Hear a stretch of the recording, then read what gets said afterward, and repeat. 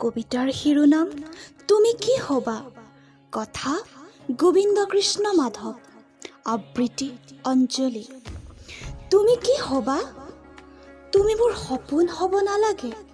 কোৱা শুনিছোঁ সপোনবোৰ বোলে কেতিয়াও সঁচা নহয়।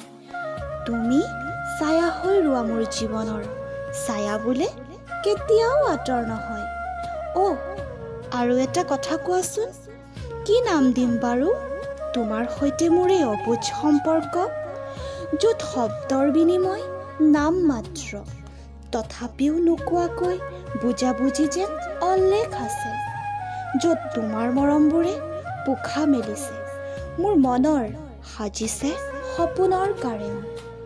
মোৰ আশা, মই আশা কৰা নাই বিশেষ একো তোমাৰ পৰা, তথাপি কি জানা, তুমি মোৰ হোৱাৰ বিশ্বাস হৃদয়ত অযুত আছে।